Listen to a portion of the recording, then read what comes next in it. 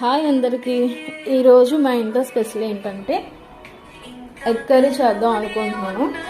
So దానికి సంబంధించి egg, next కారం, పోపులు, వాటర్, పసుపు, సాల్ట్, కొత్తిమీర, పచ్చిమిర్చి, ఎండుమిర్చి, ఆనియన్స్.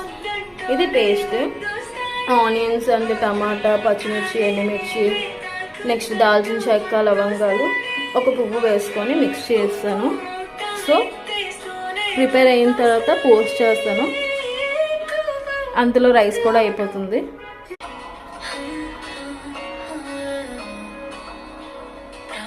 కొంచెం హీట్ అయింది కదా కడాయి. సో ఆయిల్ పోసేసుకొని నా ఫేవరెట్ సాంగ్ వింటూ వంట చేసుకుంటాను. నేనైతే స్టార్టింగ్ ఆనియన్స్ వేసుకుంటాను.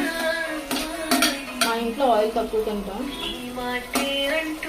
స్టేజ్ వచ్చేలోపు ఇవన్నీ అయిపోయాయి అన్నమాట. నెక్స్ట్ మనం స్టేజ్ ప్రిపేర్ చేసుకున్నాం కదా, అవి వేసేసాను. చిన్న పెట్టి వేసుకుంటే బాగా వస్తుంది.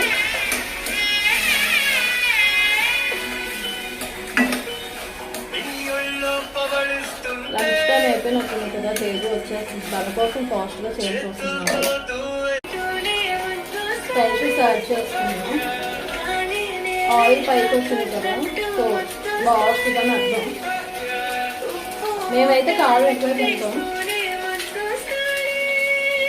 పసుపు లైట్గా వేసుకుందాం, ఆల్రెడీ వేసుకున్నాం కాబట్టి. సాల్ట్ వేసేసుకుందాం. ఒక పక్క అది, ఒక పక్క ఇది అవుతుంది.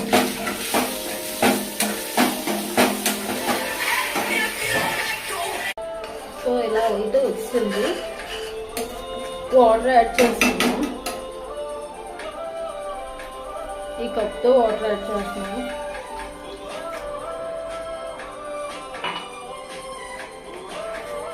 ఇది మరిగిన తర్వాత ఎగ్స్ వేసుకోవడమే.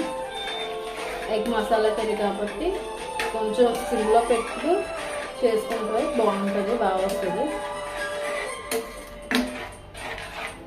మీరేం కుక్ చేసుకున్నారో కామెంట్లో పెట్టండి. ఎంతవరకు వచ్చిందో ఒకసారి చూద్దాం. మరుగుతుంది. ఎగ్స్ వేసేసుకున్నాం.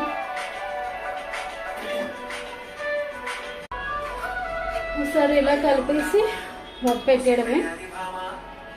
ఫైనల్ టచ్ చూద్దాం. ఒకసారి చూసేద్దాం ఎంతవరకు వచ్చిందో. ఓకే, పర్ఫెక్ట్గా వచ్చింది. అలా కొత్తిమీర చల్లేసుకున్నాం.